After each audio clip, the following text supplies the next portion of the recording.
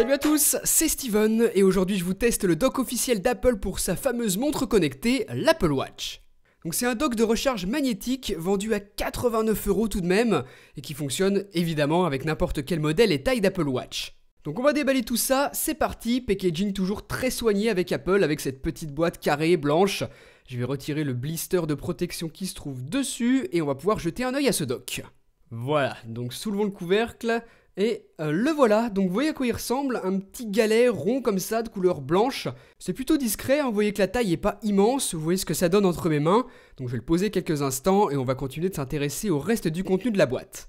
On retrouve un câble Lightning vers USB de 2 mètres de long, donc la même taille que le câble de recharge magnétique fourni avec l'Apple Watch quand on l'achète.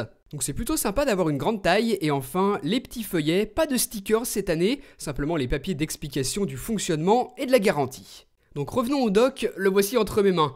Donc il ressemble à ça, avec sur le dessus une petite bague un petit peu chromée en fait, vous voyez que ça se soulève comme ceci, je vous montrerai ensuite le fonctionnement. Je vais retirer le petit blister que l'on a dessus juste avant, et voilà. On alimente ensuite le dock de recharge avec un câble Lightning en le branchant sur la prise à l'arrière du dock, et ensuite on utilise un adaptateur secteur.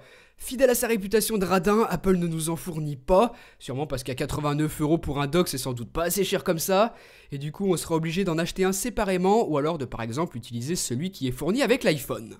Il y a deux positions possibles, surface magnétique relevée comme ceci ou alors baissée pour obtenir quelque chose de plat, et c'est super facile de passer d'un mode à l'autre grâce à la petite articulation chromée.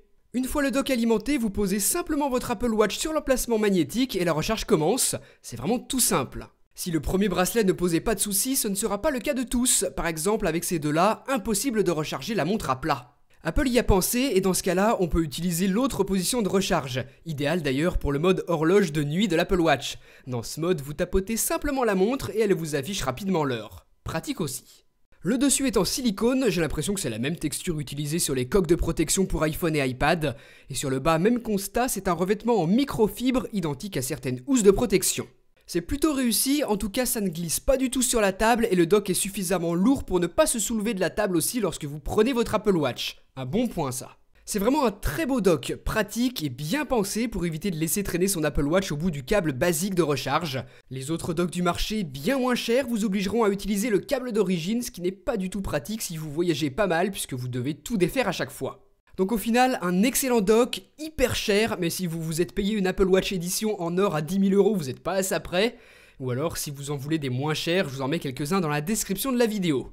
Donc en tout cas, voilà pour ce rapide test, on a fait le tour de tout ce qu'il y avait de bon à savoir sur ce dock. Dites-moi ce que vous en avez pensé dans les commentaires et on se retrouve très bientôt pour une prochaine vidéo. Allez, salut!